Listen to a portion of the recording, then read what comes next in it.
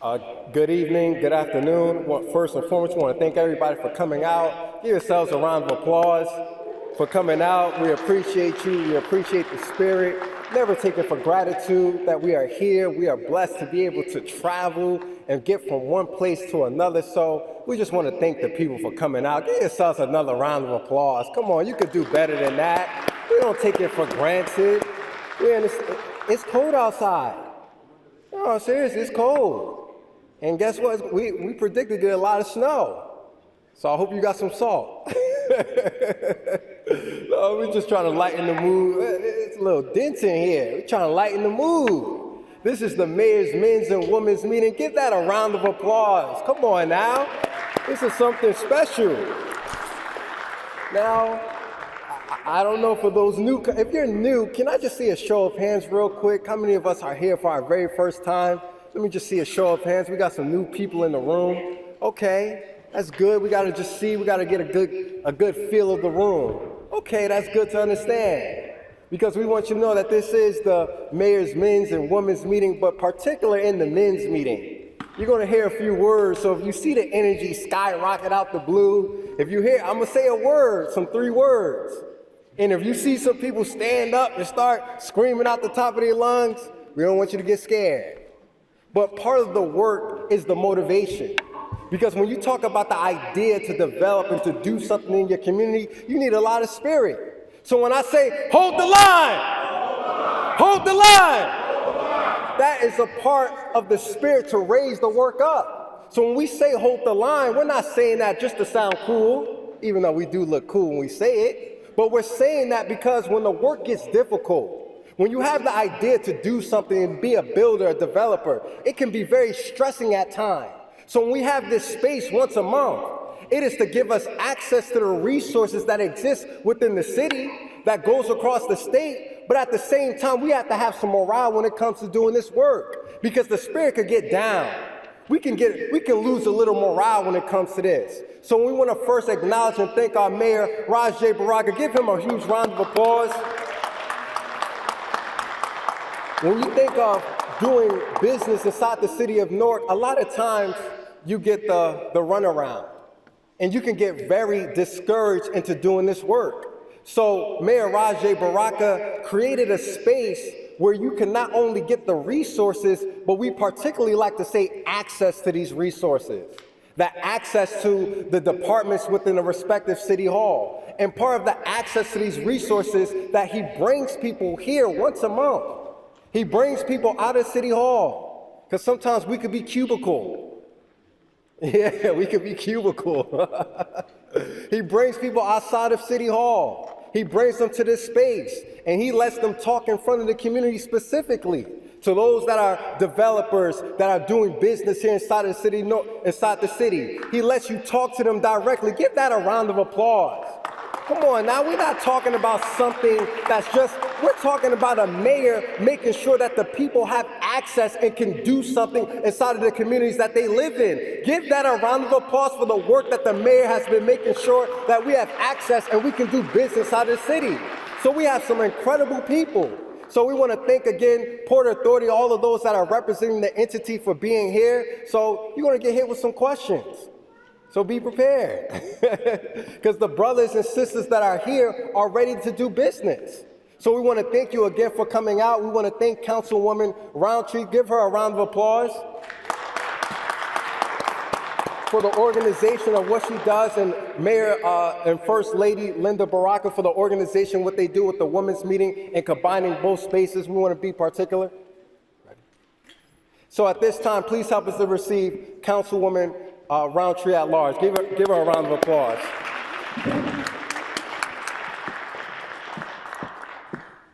They told me to stand in the light. Can y'all see me? Yes.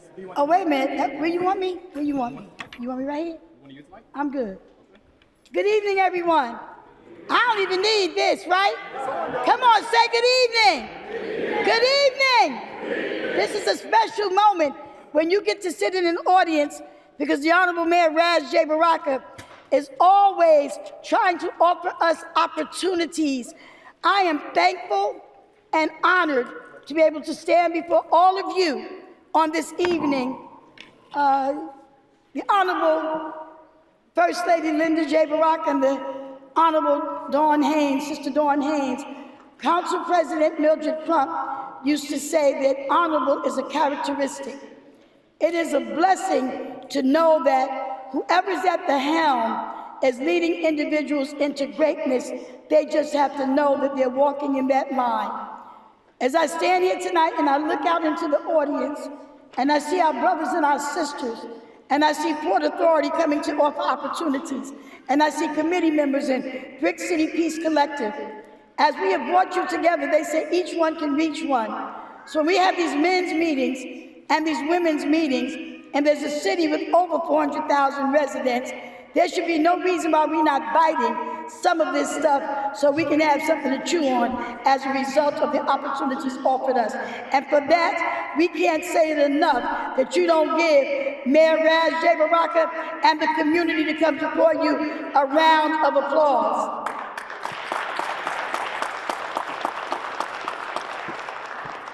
Now, why are we doing that? Because we know it takes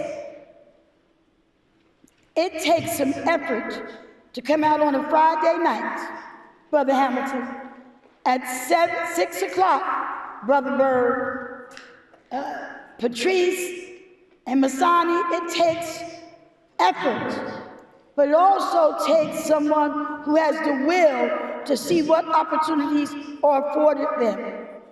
The brothers have come to meetings, and we have businesses that have been started and relationships and collaborations as a result of the men's meeting. We often say that our sisters carry the weight because they give birth to nations. Let's be clear, wouldn't be no brothers running it without the women giving them birth. Y'all better put your hands together for the sisters. That's right, Minister Hassan. So while we need our brothers for their strength, and we need our sisters, listen, both of y'all got wisdom, so I'm not going to have nobody upset with me. We got some strong brothers, strong sisters, but the world was built for the brothers to carry some weight and for the sisters to hold up the arms of those who are carrying the weight. So thank you, Port Authority. Thank you, David Muhammad. Thank you, Mayor Baraka. But there'd be no meeting and no success without all of you that are sitting in here from the city of Newark, making it possible. Thank you, Brother Josiah, this young man. Let's give him a hand from Big City Peace Collective. Do you know what it's like to have to stand before people and try to get them to talk and believe? You're a young person, and you got somebody sitting in the audience that's 70 that thinks they're not teachable and that someone his age cannot reach them. I applaud him. I support him. I thank God for him. And I thank God for all of you who are here that have an interest in what these folks that are coming to the city of Newark to do some development, to do some work, that are sitting in this audience, that are going to offer us some opportunities. Can you say it with me? Say opportunity. Now that, okay, that don't, do y'all want? Okay, let's try this again. Let's try this again. Reverend Perez, don't make me make you come up here and sing it. Don't, Imam, now how'd you, no, come on. Let's say it again, opportunity. Say it like you really want the opportunity and you want to be afforded the opportunity to be a part of the success of all that's happening in Newark. But somebody say today.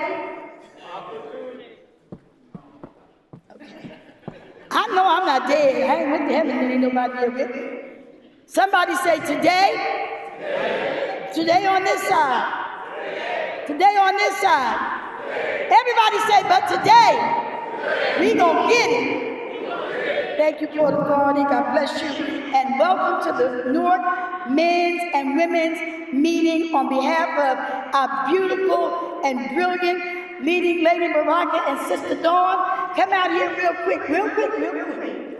Come on, come on. Give it up for my Sister Dawn. Make some noise.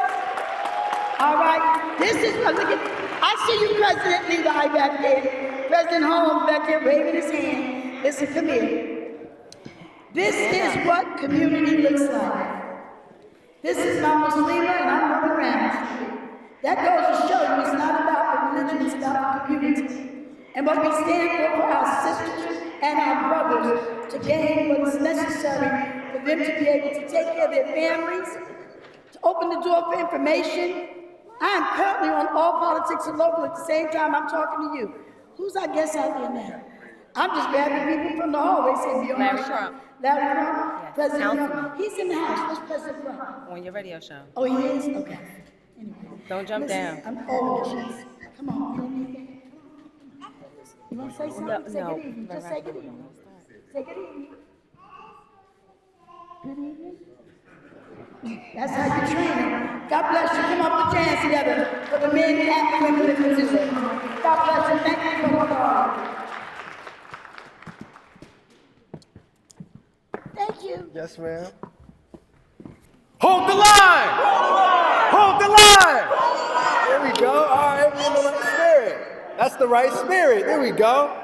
All right, so with no more for myself, we're going to bring on another brother who is one of the organizers for the committee. He is the president of the EHD committee for within the men's meeting. So with no more for myself, please help us receive Brother Abbey.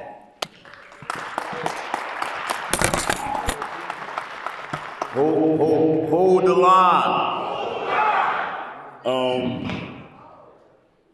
First of all, let's thank the mayor for creating this beautiful environment where we get to, get some beautiful information, and we get to trade thoughts, and we get to network, and we get to get business opportunities with the city. I'm the president of the EHD committee. There's a whole bunch of us in here. I'm gonna point them out. One right here, Abdul Latif, here, brother in the committee. We got Brett right here, brother in the committee. You got the vice president up there, Kyle. Yo, y'all guys wanna come up here and show some love? Cause I don't wanna be by myself. Come on up here with me. We got Abdul right here. Abdul, y'all see where you at? I saw you earlier. Brett, Kyle. Who else in here I saw? I just want to share with y'all, due to this men's meeting, all of us that's a part of this committee and a few other people that's not a part of the committee are in some beautiful positions. Most of us own property in the city. Me, myself, I have a business in the city where I have residential units on top. This year is a big year for the committee. We have 2 projects we're doing together. I got a project I'm doing by myself. He got a project he's doing by himself. I got another project I'm doing with some big developers. So due to the mayor in this room, in this space, it has put us in a position.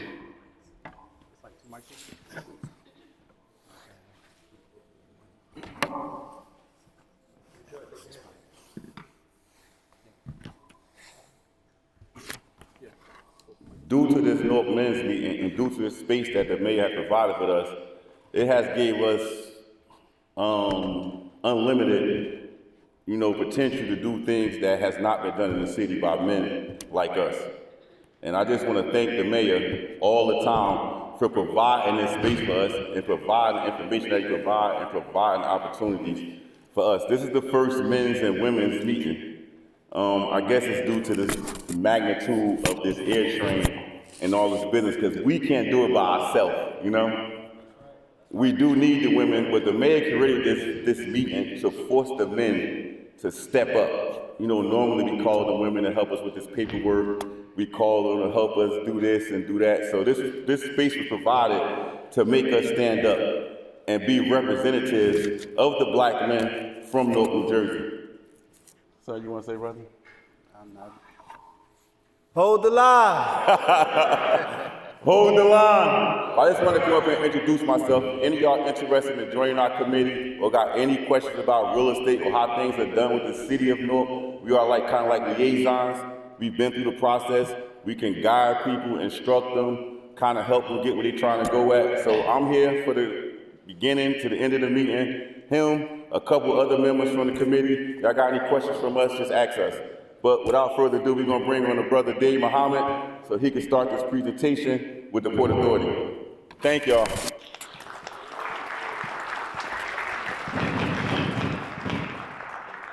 Hold the line. Hold the line. Okay. So my name is David Muhammad. I work as the mayor's administrator for the Office of Airport and Seaport Administration. So at a November men's meeting, the mayor, I was in the audience, and the mayor had asked me to come and just give a brief overview of what's going on at the port. So from that conversation, he said that he wanted to invite the Port Authority to come with his prime contractors to talk about the air train replacement project. So you'll hear from the Port Authority itself. You'll also hear from some of the prime contractors, and they'll tell you what's going on, the timeline, what is needed, and then how you can make a connection and be a part of it. I'm not sure if it was stated, but the project is $3.2 billion. And in a lot of procurement and a lot of development projects, there's usually a designation for women business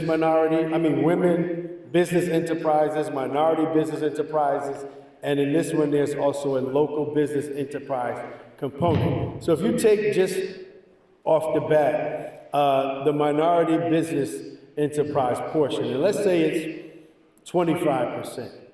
25% of $3.2 billion is somewhere around $800 million or so.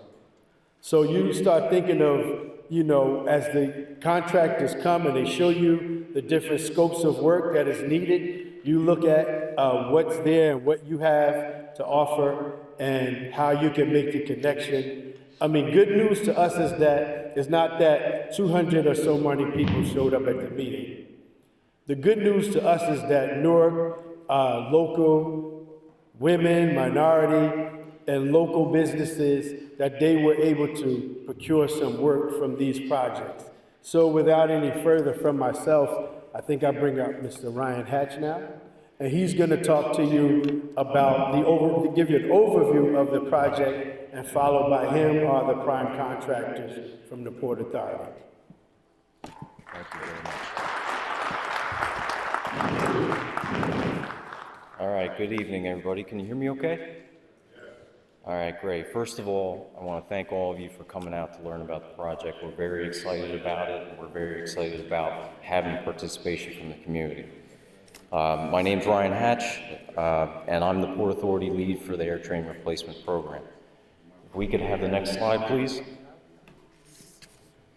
Over the next hour or so, I, with the help of the primes, are going to try to give you an overview of the program and help you understand what exactly we're doing here. I'll provide a brief program overview, and then I'll hand off to the prime contractors to go through their scopes. There'll be an opportunity to ask questions at after each speaker's section, and then at the end, we're going to have a full-blown Q&A session. So if you don't get the opportunity while each of us speak, we'll get you at the end. We also have here Anthony Miller from our Office of Diversity, Equity, and Inclusion. Anthony?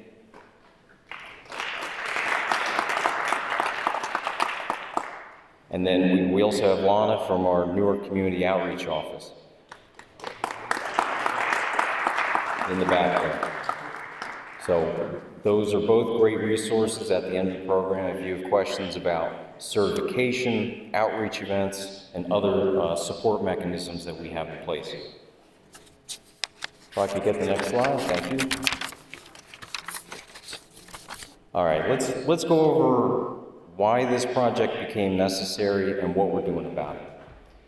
The AirTrain Newark has been in operation since 1996, and it's now reached the end of its useful life. The current system can't be expanded or upgraded to new technology, which will be needed to meet the needs of our growing ridership at the airport. Additionally, the current track alignment is also unable to provide direct service to some of our new facilities, like the brand new Terminal A, the new rental car facility, and the future airport layout. So the solution is to replace the existing AirTrain with a brand new state-of-the-art APM. It'll be capable of carrying 50,000 passengers daily. It'll have thoughtful and functional connectivity to existing and future facilities.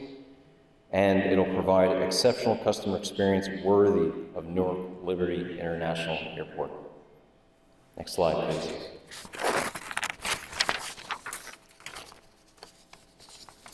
Okay, let's talk a little bit about what we're building. So you can see off on the slide here, I'll go through all these details. The new AirTrain will be highly reliable and weather resilient, providing our passengers the travel certainty that they expect. It'll have the latest customer experience amenities and improved connectivity. We're delivering the project through a multi-phase approach to try to minimize the cost and reduce the risk. The total program cost, if we can go back, total program cost is $3.5 billion. We've started construction on enabling projects in 2024. However, the bulk of the work is still ahead of us, so there's lots of opportunities still. The system is anticipated to be operational in 2030. Looking at the graphic on the screen, the track alignment is shown in green.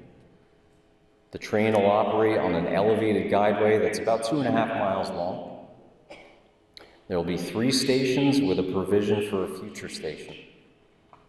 Additionally, to the north of the alignment, which is on the left of the image, we'll be constructing a maintenance and control facility. Most of what you see here is going to be constructed by 3 prime contractors, all of which are represented here today. The stations and the elevated guideway are being constructed by a joint venture between Tutor Perini and O&G Industries. We have their project executive here, Dennis McNerney, who's going to be presenting after I leave the stage. The people mover and the train equipment will be provided by Doppelmayr Cable Car. Deanna Bradley will be presenting on their behalf, right there. And last but not least, for the maintenance and control facility, that's being constructed by DMR. And John Zapata will be presenting on their behalf. So that's generally the overview of the project at a very high level. The primes will get into much more detail about what works out there, exactly what they're doing, and the opportunities. But I'll pause here. Are there any questions about the program overall?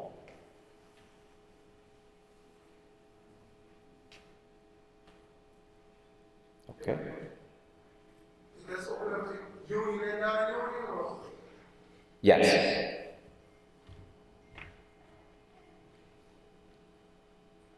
Any other questions? I think we got one over there. You mentioned that primary builders and contractors are going to get into outlets for be an outlet for the other businesses. We're going to talk about that. Yeah, they'll get into much more detail about the specific scopes, and if your questions aren't answered by their presentation, we'll pull in some of our other resources, Anthony Miller and Lana that we mentioned earlier. It should help you out. Right here.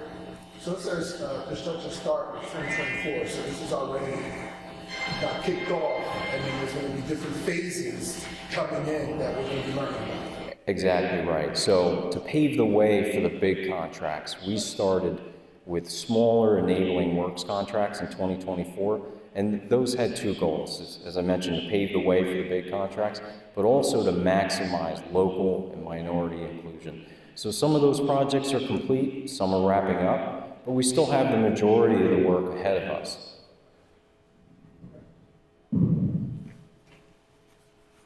Any other questions? Okay, Dennis, I'll hand off to you.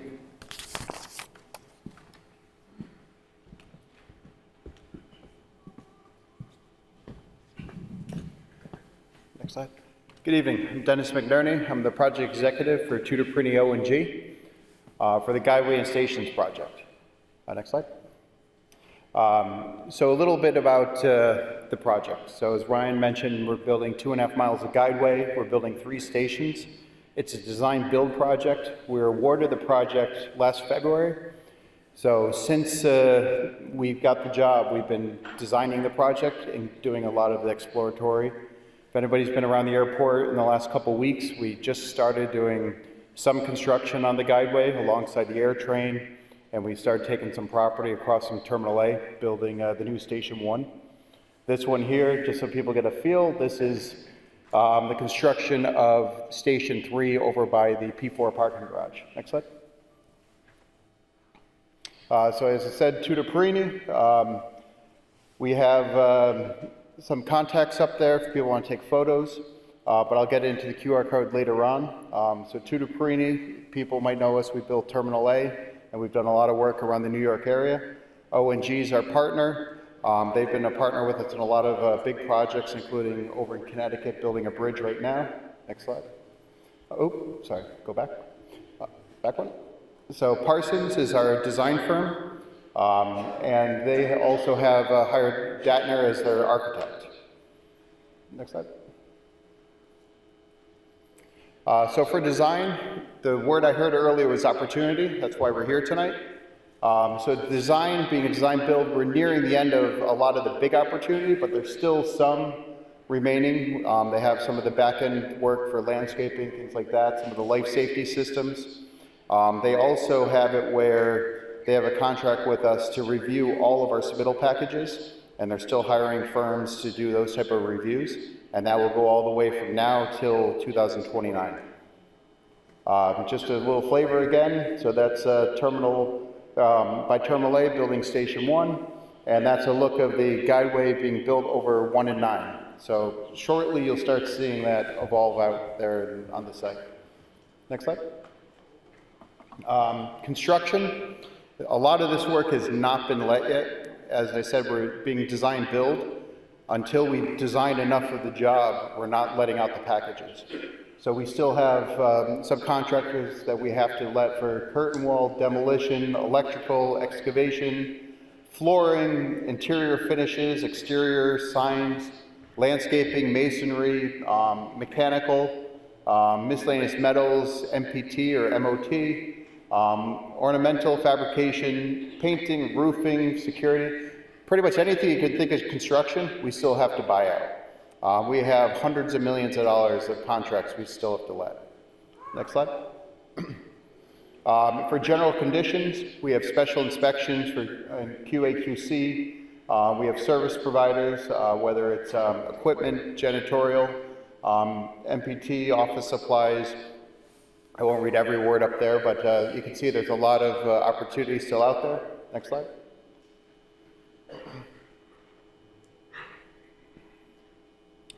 In trades, so as we start to build the job, we're going to be hiring a lot of the local community. We are a union contractor. We can assist to help people get into the union, but we do hire union labor for our work. We have carpenters, dock builders, electricians, basically every trade you can imagine to build a job of this magnitude. Labor harmony, so each subcontractor has to sign a PLA. So there are paths for non-union contractors to work in with prevailing wage and things of that, if you're non-union, to work on our project, but it is at a minimum prevailing wage. Next slide. Project timeline. So a lot of the work you see now, we're in the procurement phase of 25 into 26. We're a little later than this schedule, but a lot of the procurement's still happening now into the next quarter or two for all the things between the utilities, reinforcements, all the things I just read. I'm not going to read it again. Next slide. Again, for the project timeline, you can see there where we're building through. As we build the guideway, most of the guideway we're going to build this year, next year, and a little bit into the following. Where the station work, that goes all the way through till 2029. With the bulk of the work being done early 29 with all the commissioning and things like that happening to the end of the job in 29 with our completion at December 29. Next slide. So in order to reach, an important thing is scanning the QR code. So Michelle is our diversity specialist, And Arlene is our DMWB compliance. This job is not D, but we have the MWL SDVOB. Our project website, in case the QR code doesn't work, and our job-specific email. Next slide. If it doesn't work, that's why, if you didn't, go back one slide quick, take a photo of the email address below. The QR code is that address, so sometimes it works, sometimes it doesn't. I'll tell them again. Thank you. Anybody have any questions?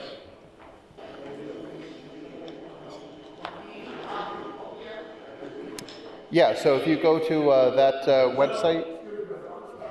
Oh, he asked first, sorry. He just asked if there's available. I was saying if you need information that's available that I discussed, that website will lead you to information about the project and the opportunities. Hi, good evening. Do you know when the opportunity opens up for the laborers? For the laborers? Yeah, or is that a question for these individuals on the screen? So we're just starting with the labor force. This weekend storm is not going to help bring on people, but obviously come March, April, we're expecting to be hiring probably somewhere in the neighborhood of 50 to 80 union workforce. And they'll know where, everybody will know where to go, like through your website. Will everybody know where to go, like through the website, or like is it just gonna pop up and then next thing you know, people are hired and nobody knew where to go in the first place? So how would everybody know when to hop on your site and So, the application process? okay, so I guess for this here, these are for the opportunities for subcontractors and vendors. For union workforce, we go through the union halls and they provide us, but we also, per contract, have to hire within the local community. So we provided through the PLA a map that we're supposed to be hiring from and telling the unions we need to hire from these local areas first and then expand depending on the availability of the workforce. Yes, sir.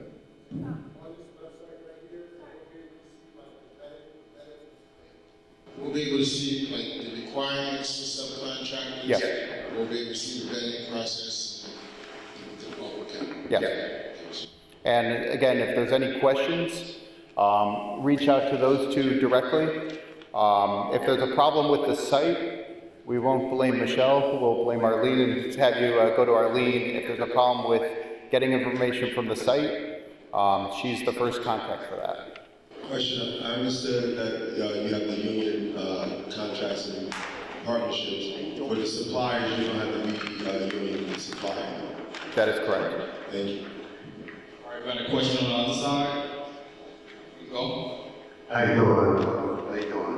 Leroy Singleton. How you doing back here, sir? Oh, there. Hey. The question is, what percentage of these jobs are dedicated to the residents of North, and how long will that percentage last? Ryan, I'm not positive the exact percentage. He's asking what percentage of the contract is from local. I know we have the map. I don't know top of my head the exact number. Yeah. 10%. How long will that be for? Is that in perpetuity? The duration goes till December of 2029.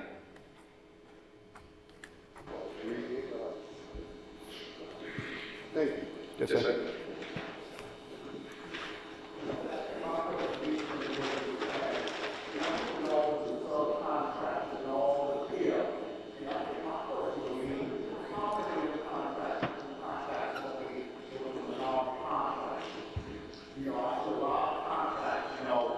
And as I look around the city and see a lot of work going on, I don't see a lot of minority companies doing the work. So, my question would be, we're looking at all these subcontractors, how many gonna represent, the community as a whole? So the answer is multi-part. We have, per contract, we have certain goals that we're required to obtain, whether it's local, whether it's minority, women, service disabled. veterans, so we meet all those goals, but that doesn't mean we stop. Every single contract that we put out, we put a good faith effort. So we try to find someone who is from local or from a minority to give them the opportunities. And certain ones, if the price doesn't work, we have to move on, but we try to give and afford them the best possible to get the contract. We've given out local, we're well over $100 million already of local contracts in Newark already on our contract.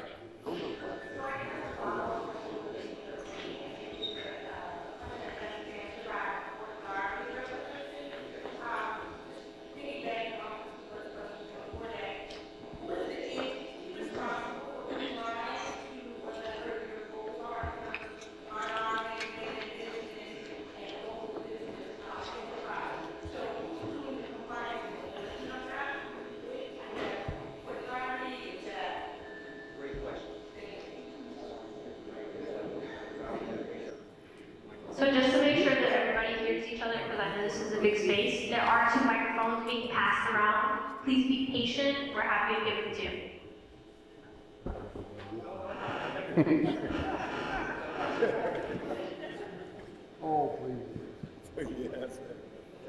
So good evening. I'm Anthony Miller. I represent the Port Authority. I work in the Office of Diversity, Equity, and Inclusion.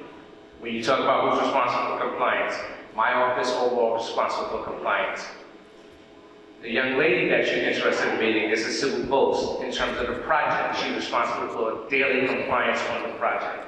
So her and others that are responsible for maintaining, make sure that minority businesses at 20% participation, women-owned businesses at 10% participation, service-saving veteran-owned businesses at 3% participation, and local business enterprise at 10% participation. So those are the project goals in totality, okay? And this is why we're here, right? I heard a gentleman in the back say 10%, that's a small percentage. However, if you think about it, historically, the percentage was much smaller.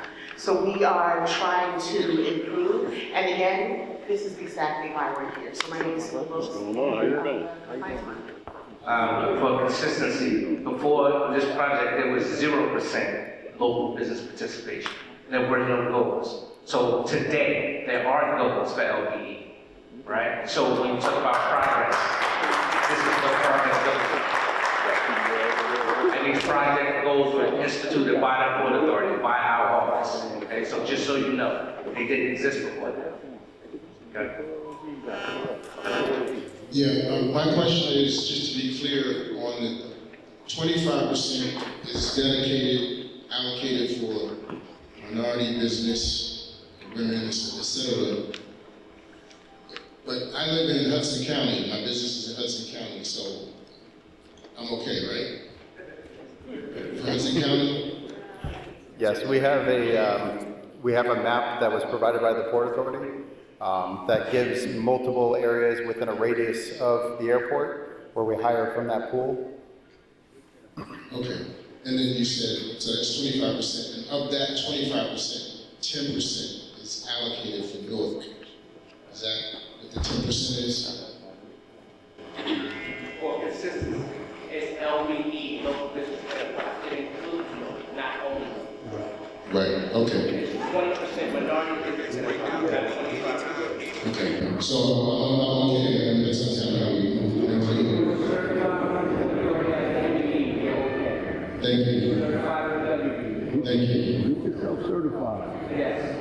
Hello? Hi, my name is William Parrish, Noble Strategy Construction Management. Question for Tutoree and Port Authority.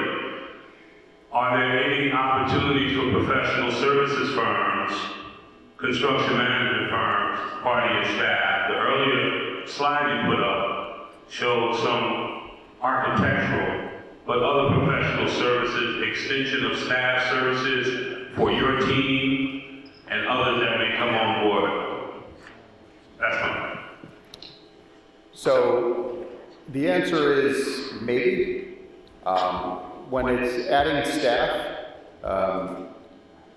the goal is we always want to use our own staff that works for us, but on a job of this magnitude, When we get into the thick of it, if we feel that we need to add more supervision, especially when it comes to safety and quality, a lot of times we go to firms like yours to hire additional safety staff.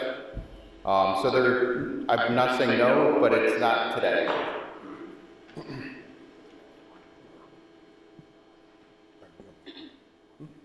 Yeah. Okay. Thank you.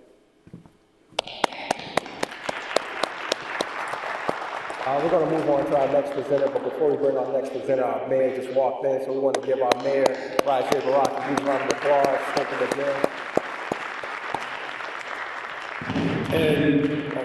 And to further go on what Josiah was saying about acknowledging the mayor, as is stated, prior to these projects, there was zero local. The mayor's the one who fought for wherever the footprint of the work is being done, that's where there needs to be local representation. So, thank you very much. So at this time, let's bring on our next presenter. No, not you. Bring on our next presenter from Port Authority. Yes.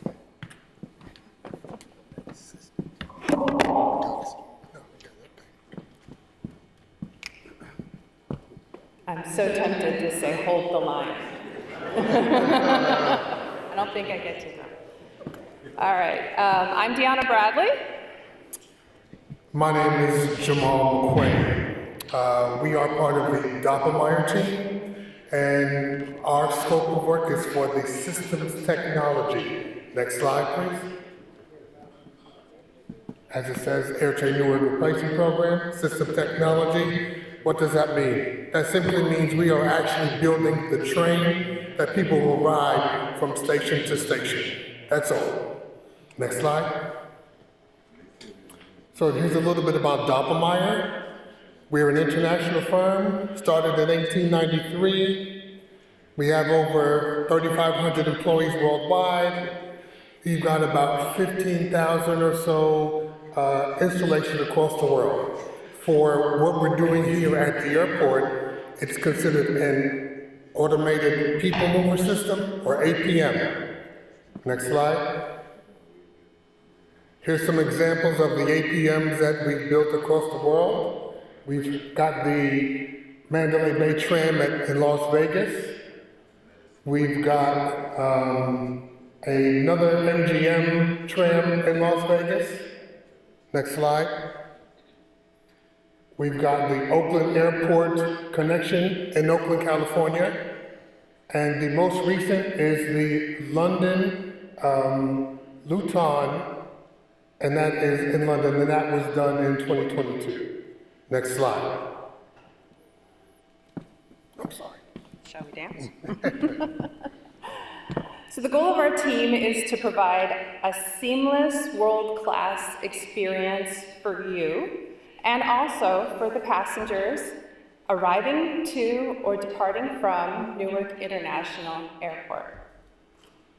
The team that Doppelmayr has assembled to deliver this train for you is comprised of professionals who've spent the last 20-plus years building the previously shown examples of automated people movers around the world.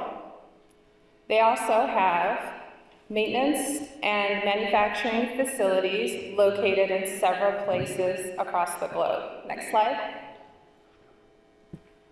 On this slide, you'll see how we intend to buy out our project.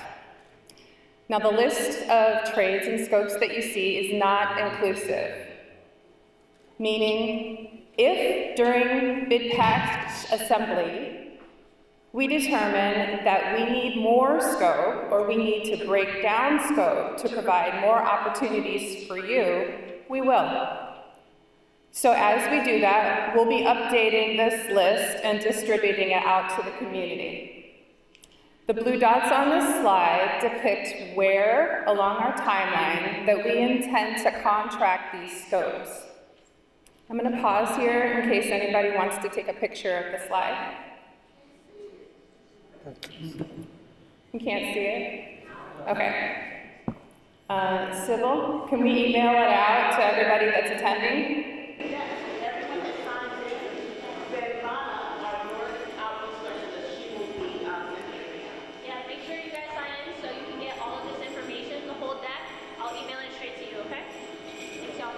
All right, next slide.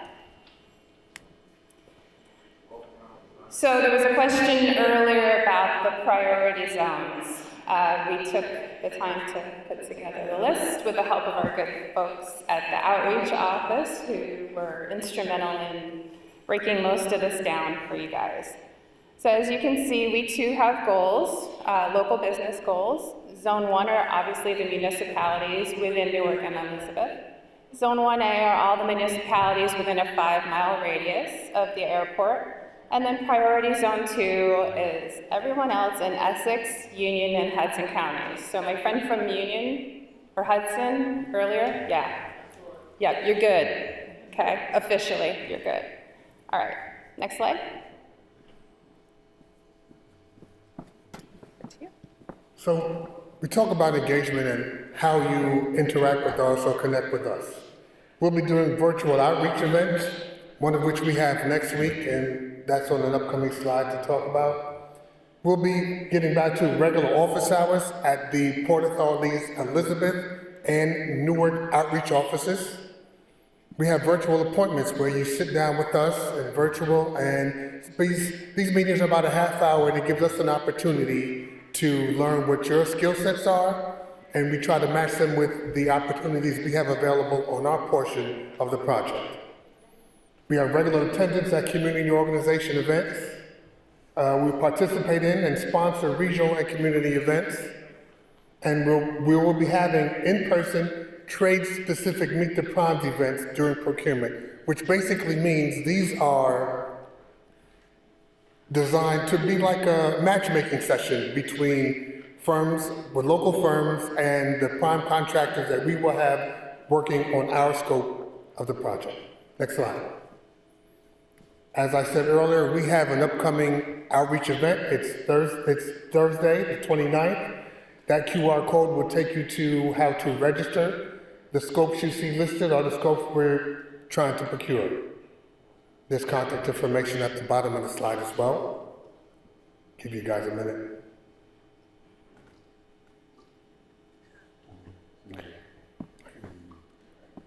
Next slide.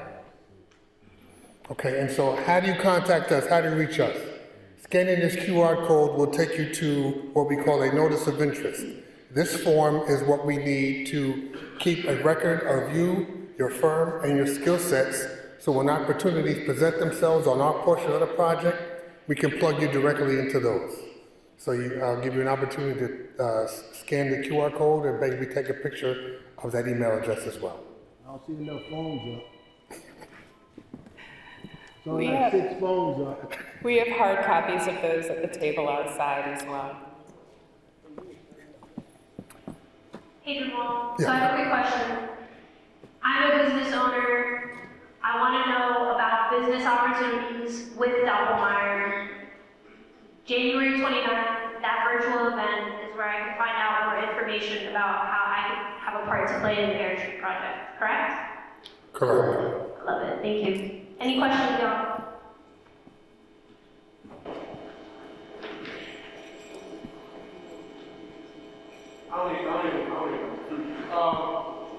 I see on the form in the vision report that you need to be certified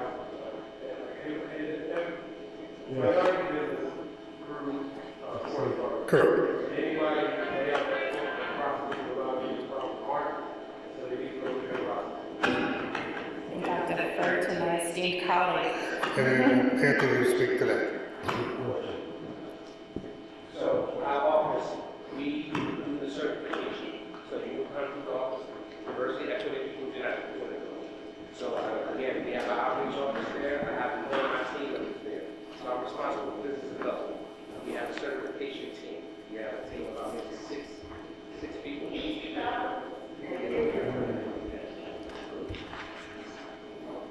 Good evening, everybody. Good evening, Governor.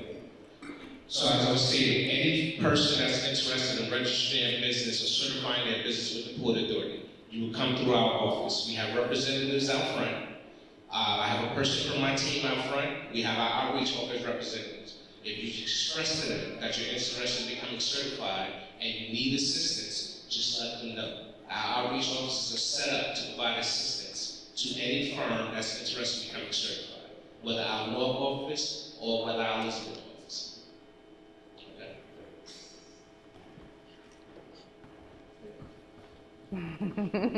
Want to come up? Sure. My question is, do you have a number in terms of the amount of subcontractors you're gonna need, like a ballpark number for? And the other question is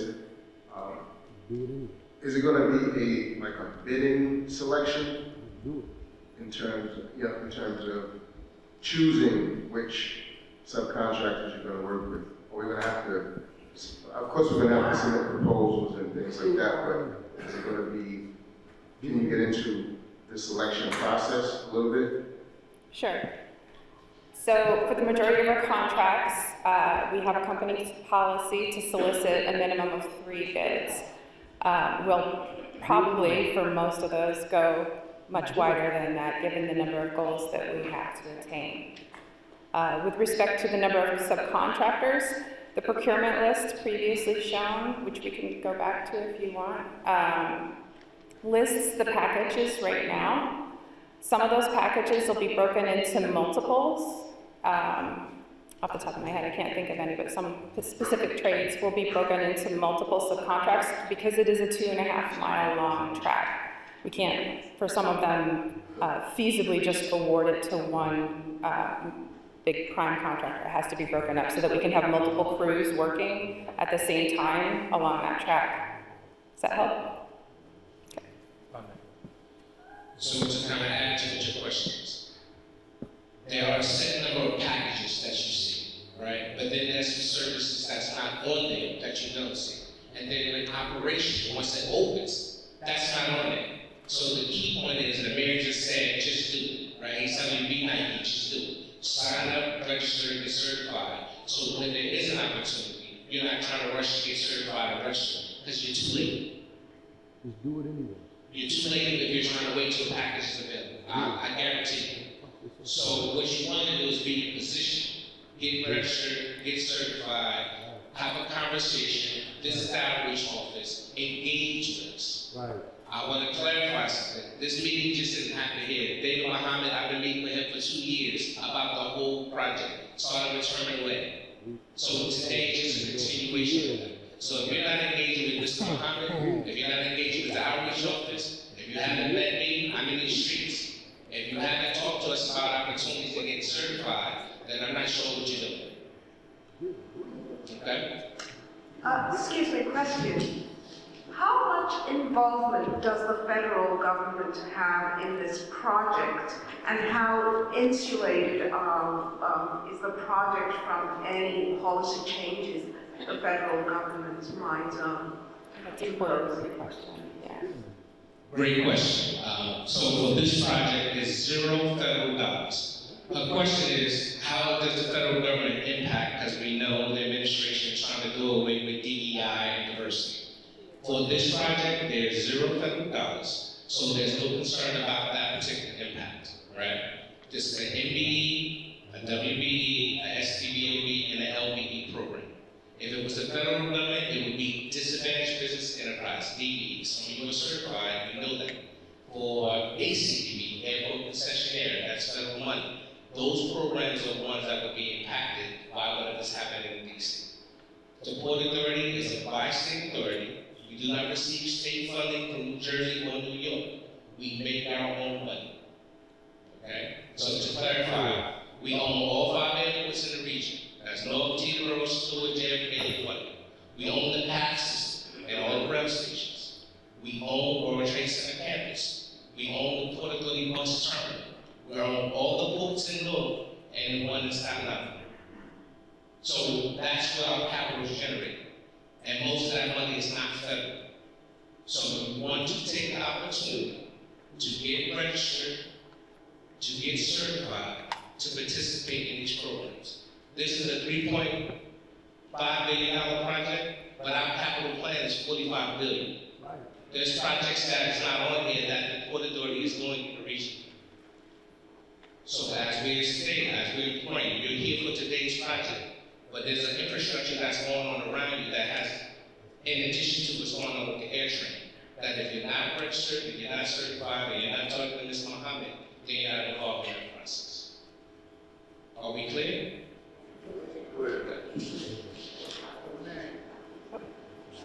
Yes, sir.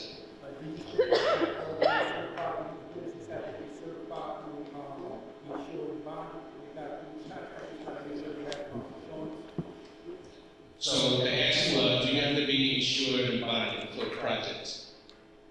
You doing business anyway, you have to have insurance and bonding, right? We understand that, right? So these projects are not exempt from that. The difference is, if you're going to a project with the Port Authority, there's insurance and bonding, and there's opportunities for certified firms who we may waive certain things based on Port Authority funded projects. This project is not known, right? You're gonna need insurance and bonding. We're talking about $3.5 billion transportation project. It's going to be needed. The question is what you're doing and how much insurance and bonding you need, but it will be required. We're done? All right, thank you. Thank you. Hold the line. Hold the line. We have one more contractor that's doing the construction portion. I believe it's DNR. And while they're making their way, just fill out the information. Also, those QR codes, that'll give you, once you go to those QR codes, it'll tell you all the stuff that you need as far as certification-wise, as far as insurance, et cetera, et cetera.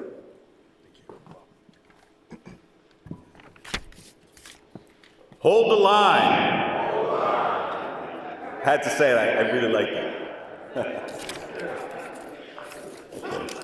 I'm John Zapata, this is Megan. We are the managers on the new AirTrain maintenance facility at the airport. We're also accompanied by Noble Milton, who's a Newark resident, born and raised. He's also been with DMR for 25 years. Second slide, please.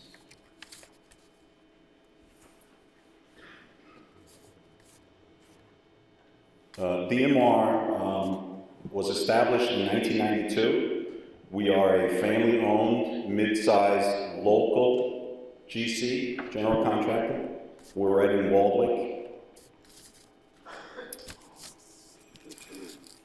Our experiences range. We have 30 years of experience both in public and the private sectors, starting with complex track and tunnel projects in New York and New Jersey. We have significantly expanded our scope over the years to commercial, residential, industrial sites while growing into the most trusted public contractors in northern New Jersey.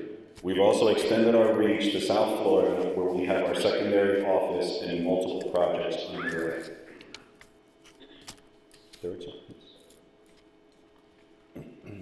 Our public work experience. Our projects range between $5 million and $100 million. Our major clients are the New Jersey Transit, Port Authority, and Amtrak.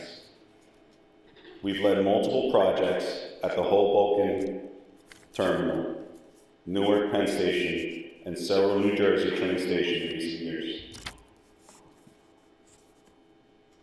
Our expertise covers historical restoration, structural repairs and infrastructure, vertical construction, mechanical systems, electrical systems, and flood protection.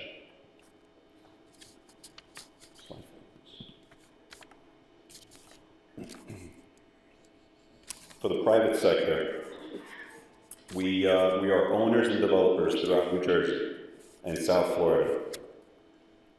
Pictured here is a 10-story building in West New York that we completed in 2023.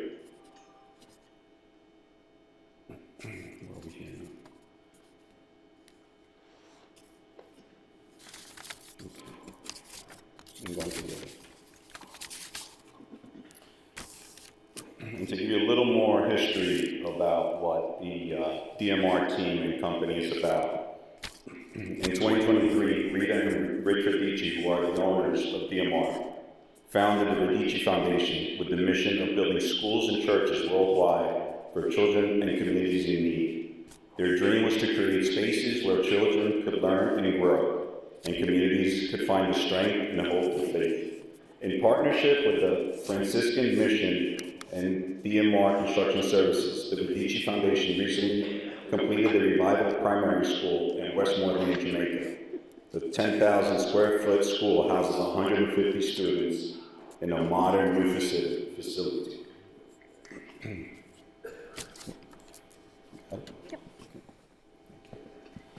After we completed this school, we worked with Father Orlando out of the Newark Diocese, and we're going to complete the first university in Turks and Caicos to continue education down there. And when they graduate, they will have an accredited degree with the University of Florida. The family's been very close-knitted with the Archdiocese and the priests out of Newark. It's been near and dear to the entire DMR organization. We have everyone that's been part of the group has donated their time and energy to give back to all of the communities throughout everywhere we can, especially with this organization, to help the kids in any way we can. We wanted to kind of give you a little history on us, a little background, because we are a small, family-oriented community.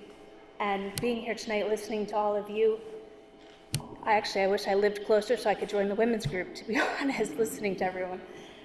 So we just want to give you a little heads up of who we are and how we are. John and I both will be on site all the time.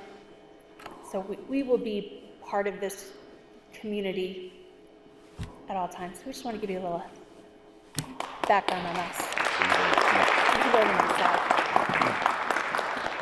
Okay, so now on to the air train.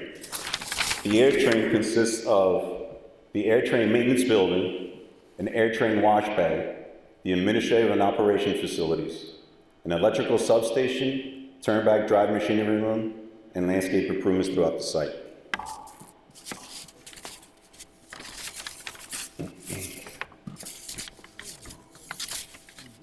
We are currently active in buying out the project, and we are very proud to say that 30% of our contract value has already been let out to local companies in Essex County, correct? Yep, Newark, Essex, Union. Newark and Essex, so it's going right back into the community, and we have 30% of our contract let out to local. And we are actively shopping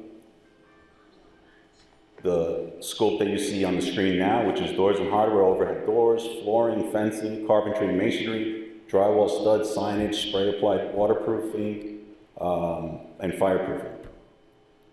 In addition to these, we are also hiring for on-site help with our supervision, with our document control. So you guys can also reach out to us if you're interested in those positions. Next, please. You can reach either Megan or myself. We're going to be on the project full-time. You can reach out to us directly on our emails. Feel free to call our main office. Ask for our HR department. Anybody will be happy to speak with you. And in addition to this Newark AirTrain project, we have a number of projects coming up across northern New Jersey. In addition to this project, we have a number of projects coming up in northern New Jersey, both residential and commercial, that we're always looking to hire local. So absolutely feel free to reach out. We'd love to talk to you. Yes. Hi, I'm Duran. I run a interior design and staging company here in Newark. Would I reach out to you if I have questions or anything about interior design or staging? I cannot. Did you say staging company? Yep, staging and interior design. Yeah, absolutely. We did leave some qualification questionnaires, information you can fill out up front, and we can absolutely have conversations. Okay, thank you. I'm not sure. Oh.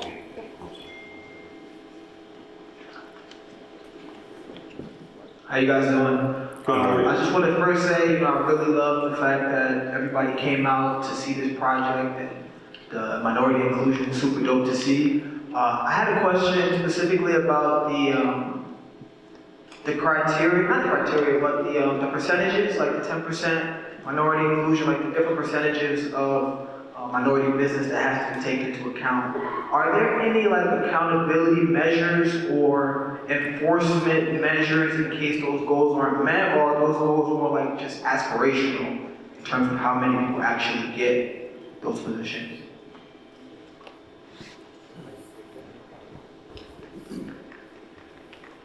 So good question. The goals, by definition, they're called good faith goals, right? Because anything that's considered mandatory can be challenged by government and it can be challenged by the courts, etc. But in terms of our policy and how we enforce them, those are goals we expect to be met. So when I introduce you to Civil Goals, who does on a monthly basis track how our prime contractors are performing, that's not optional. Any one of them can tell you they're being tracked. We have meetings, we have conversations, in addition to the meetings with Mr. Muhammad, to see the progress on the project.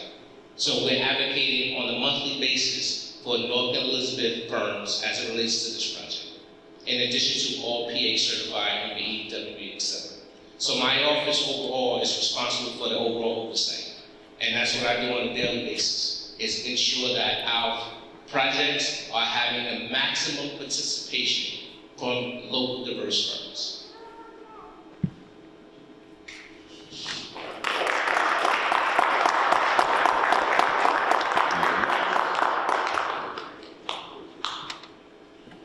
Good evening. The services that you guys are seeking for, do they only apply to specific trades contractor, or could it be to a smaller GC, woman, minority, business enterprise, but as a GC, not necessarily as a subcontractor to a specific trade that could bid for those services that you guys are looking for, as bringing in a second-tier subcontractor, or it has to be exactly subcontractor that you have to hire? I didn't hear it too clearly, I'm sorry. Say it again? We didn't hear all of it too clearly. Oh, sorry. I said, when the services that you're seeking for, that you just listed over there as far as final cleaning, I believe there's some other, does it have to be specifically a subcontractor to that trade only, or could it be a smaller general woman and minority business enterprise that could bid for those packages as well? As long as you qualify, you can be whatever size. Thank you. Yep. Let me add a little context though. So we track. If you are hiring as a carpentry job, you're not hiring a plumber to do carpentry, right? So we're going to make sure that it's a certified carpentry firm, not a plumber who's brought over to do a different trade. So we're going to get what we call, good faith effort, but you're performing a commercially useful function. That's important. Right? Because if they have a contractor on the job that's doing electrical, then they're going to have to do carpentry, then that's locking out opportunities for carpentry firms. So we track and perform commercial useful function in addition to what your trade in the school is.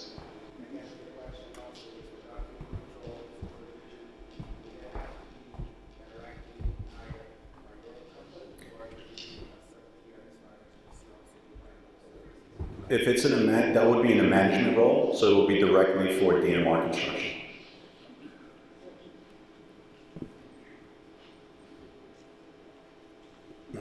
And just as an FYI, we have purchased approximately 50% of the project, but we have already exceeded our WBE, MBE requirements, and also our veterans requirements. And we're not stopping here. We're actively seeking those companies moving forward for the remainder of our 50% buyout.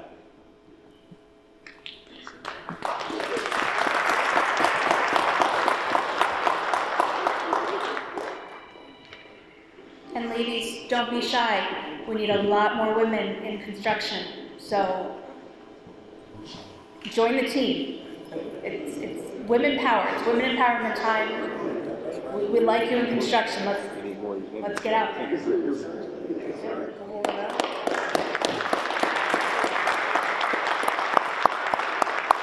we're local, we're in your backyard. If you're interested, please reach out. At minimum, we'll have a conversation. Hold the line.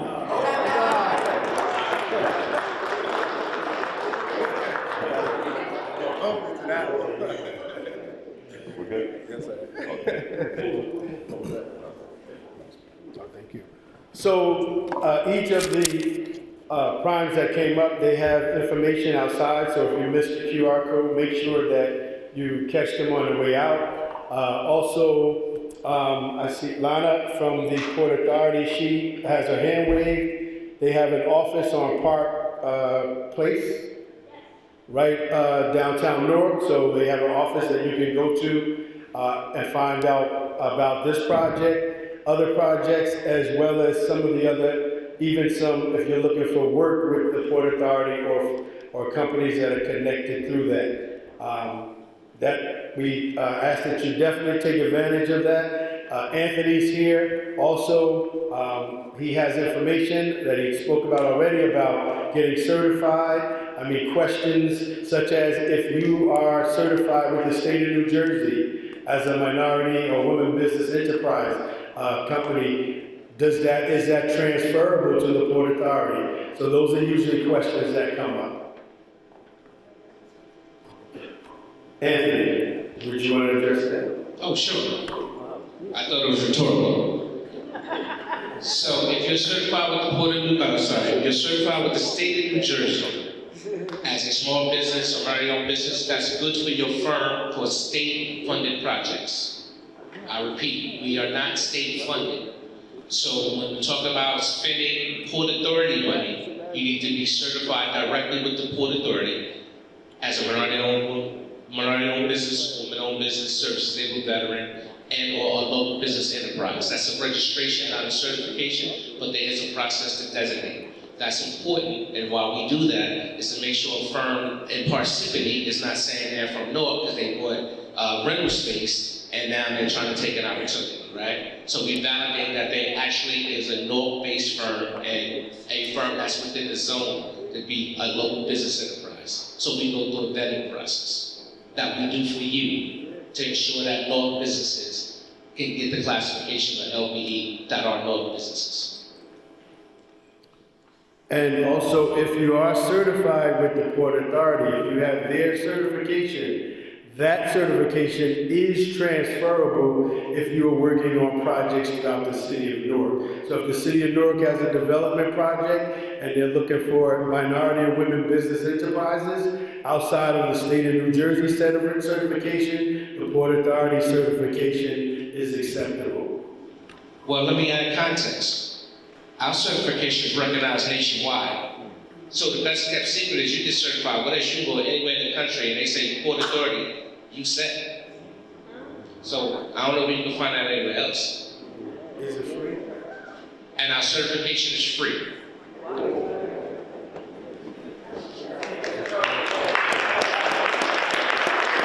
I say the best for last.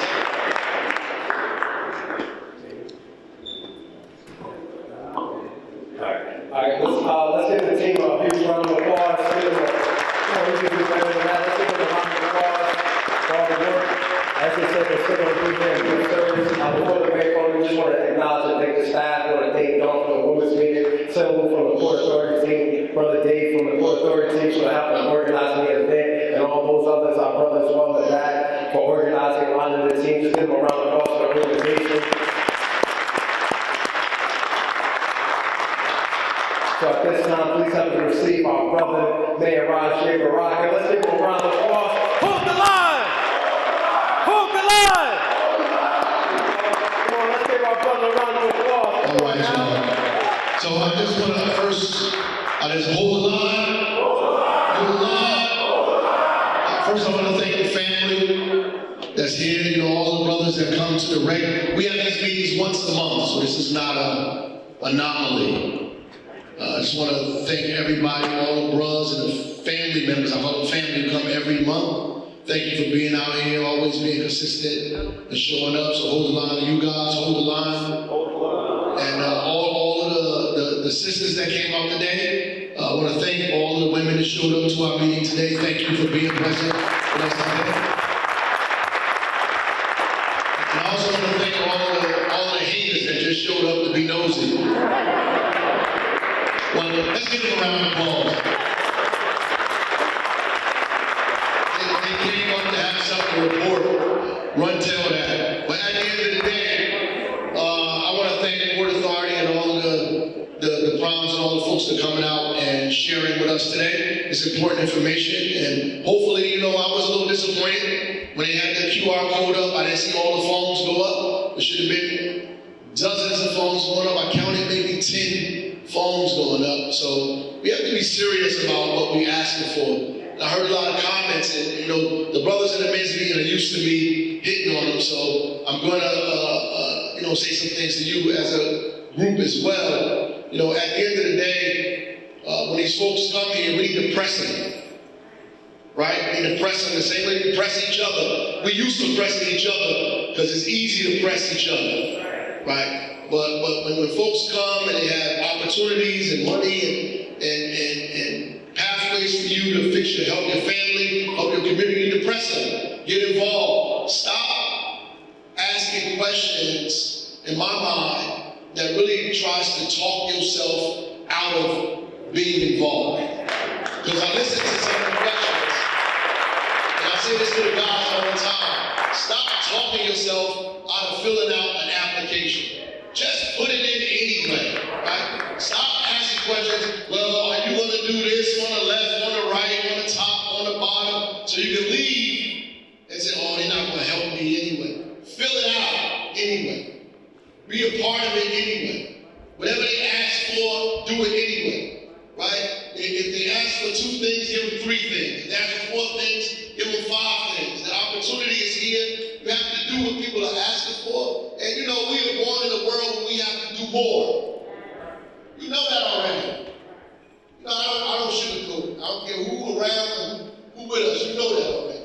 So at the end of the day, like when I go to basketball, I used to say beat the cheat, right? If they're going to cheat us by 2 points, don't worry about the 2, let's beat them by 10. So we beat by 8, right? At the end of the day, the reality is, folks are going to make us jump hoops, go through this, do that, do all of it and more, right? And so there is no excuse for people to leave you out of it. And let the elected officials fight for equity. You don't worry about that. You do what you're supposed to do, right? And do more, and let us fight for the opportunity for you to show up the way everybody else show up. But your job is to get the contract. Isn't it? That's your job. Feed your family, feed your community, take care of your neighborhood, hire your folks in your community. That's what you're supposed to be doing. So you concentrate and focus on that. There's a lot of projects. Last men's meeting, we had the folks from University Hospital here talking about the $300 million development of the school. And there's another $300 million development that's going to happen with the hospital, right? And we're engaged in that. And some of the guys filled out the application, sent it in, and some of those folks are working on the project now. And that's important. Because we don't bring you in for foolishness. There's a whole bunch of meetings that go on in the city. There's meetings for you to complain, meetings for you to curse people out, meetings for you to call people out, meetings for you to whine. This ain't that meeting. They got a bunch of meetings now. You go to those meetings. You can make your legacy cussing people out at the council meeting. But that's not what this meeting is for. This meeting is for people who want to build, right? Want contracts, improve their lives, invest in their family, invest in their community. Because I'm sick of people saying that they can't find folks to do the job. So I just want you to know this because somebody asked the question. Affirmative action in the office there, and I see the brother in the back. I thought I saw him back there. Really, I did in the back. Affirmative action for the city of Newark. These projects only exist for people who get tax abatements and financial assistance from the city. Everybody doesn't have that.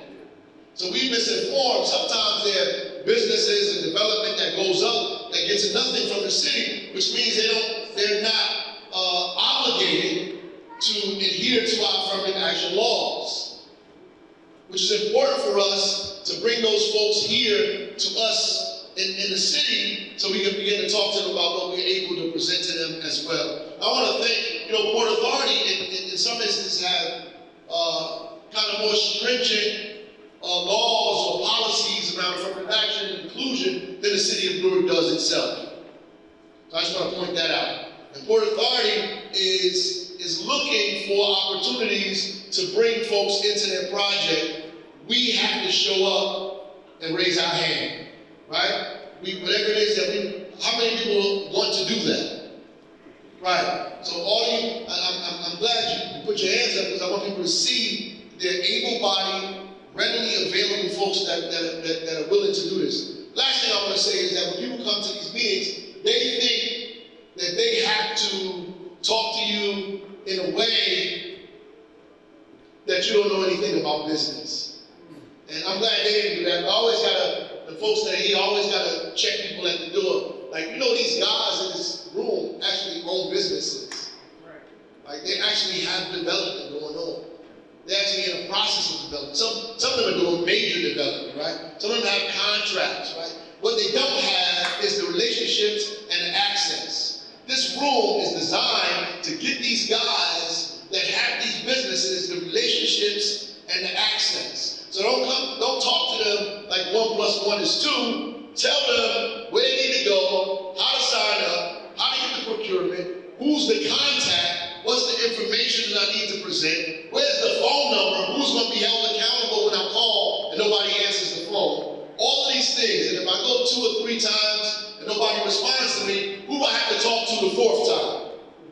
Right? These are the things that people need to know, and I'm glad that we had a conversation that was clear and succinct, and the QR codes were present, and hopefully I saw a couple of phones go up, so maybe before people leave, you talk to people on the way out the door, and you're able to get the information that you need so you can engage in what's going on, right? Let's make sure we do that, because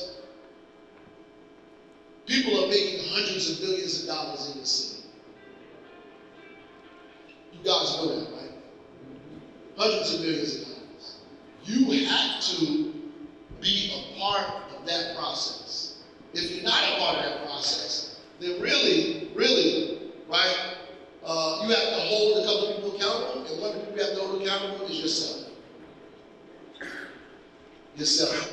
Because every month in Central High School, nonstop, for a few years, a few guys meet in this place and a couple of women too, because women show up, you can't stop them from coming. So they come, but at the end of the day, we show up here and we talk every month about how to engage in business, how to do development, and we have an economic development part of this group as well. Want to get a hand to somebody that's part of, I know this brother is right here. Raise your hand, this brother is right here. Part of the economic development portion of this group that helps people figure out how to do business in the city, right? How to do development, how to buy property, how to engage in that property, how to build at the same time. There's a couple of things that I want to add before I walk out of here for folks that are prepared. On January 30th, right? Let her have a good time, man. She all right. As long as she don't fall off the stage, be good. Let her party a little bit. You know when he's running around I gotta pause for a minute. You know when he's running around the supermarket, your mother used to grab you and be like, boy, get over here. Because they afraid that if you touch something, they're gonna lock you up. Ain't nobody gonna lock up their head. That's right. So January 30th at City Hall in the council chambers at 6 p.m., we're gonna have that meeting about the 6 or 7 houses. How many brothers remember that conversation? We're gonna have a meeting January 30th, 6 p.m., City Hall, about the 6 or 7 houses that we're making available for $100 in the city. We're paying 50% of the construction cost of the city. You have to pay the rest. At the end of the day, you'll get a financial agreement with whatever institution you're dealing with a very low mortgage. 3:30. I'm sorry, not 6 o'clock, 3:30, I gave you wrong information.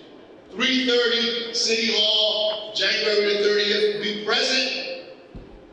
And it is going to be deed restricted for 15 years because you have to rent it out to people who are making about 50% or below of the area median income. Come to the meeting. If you're a developer, if you want to purchase homes, if you're into that, please. January the 30th, City Hall, 3:30, Council Chambers. We're going to be talking about those 7 properties. It's a pilot program. If this program is successful, we're going to open it up to many more homes in the city as well. So make sure you're present for that, right? So hopefully you guys and ladies and families, because I know some men with their wives here and their significant others, we want y'all to do this as a family, be involved at the same time.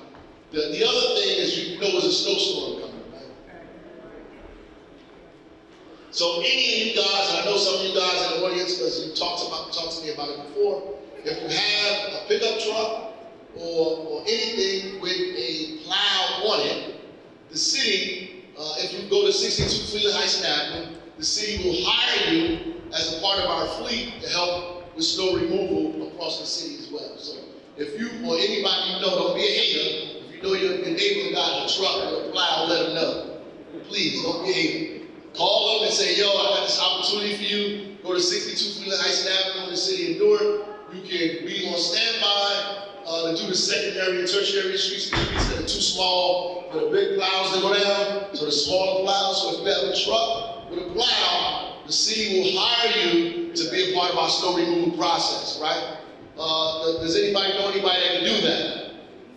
Good, so if that's the case, let them know. Please get us engaged and get yourself engaged and involved, because we definitely gonna need you on Sunday, for sure, maybe Monday, preferably just Sunday. But please get in touch with us, get your truck ready, get your trucks ready, and make some money.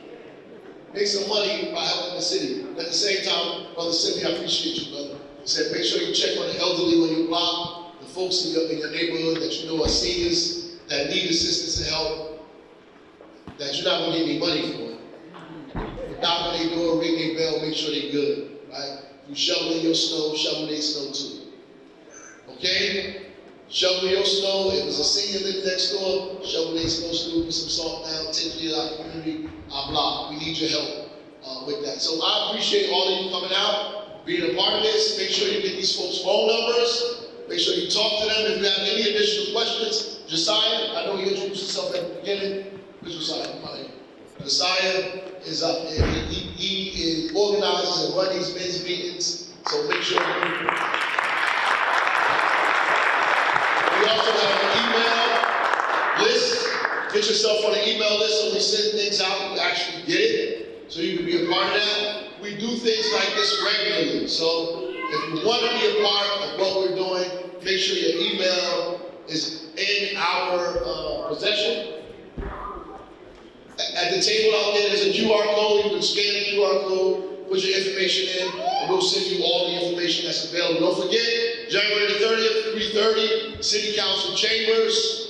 If you're interested in those 6 or 7 properties, get those properties, make it good, because we want to do 50, 60, 70 after that, right? Figure out how to build affordable housing, and at the same time, get you some wealth. You can't pass your salary down to your children. You cannot give your children your salary. Just because you make $200,000 a year does not mean your baby is going to make that much money. You cannot pass your salary to your children. You need wealth to be able to do that, which means ownership. That's what you need. Own it. You want to fight gentrification? Own it. Buy it. Own it. Control it. That's what we're talking about in this space. I mean, it's got a big thing. Central Ward Councilwoman is here as well. Thank her for being out with us. At the same time, I want to thank her for showing up and being part of this meeting. She don't have to be here and be bored to death with us. We appreciate you, but this is not your first time at our men's meeting, so, you know, we're going to make you an honorary men men and our men here. We appreciate you. The council president was here too. Where is he? Larry Grunt is in the building. Oh, he was here. We appreciate you being here as well. So thank you for coming and being part of this. I'm here every month, unless something else happens that I can't be here. I'm here, but if I'm not, Josiah is here running the show, and all the brothers that are here as well who do a hell of a job in making sure we do everything we need to put empowerment in these folks' hands. In the summertime, we have a men's breakfast with thousands of guys there, and we want y'all to be a part of that as well.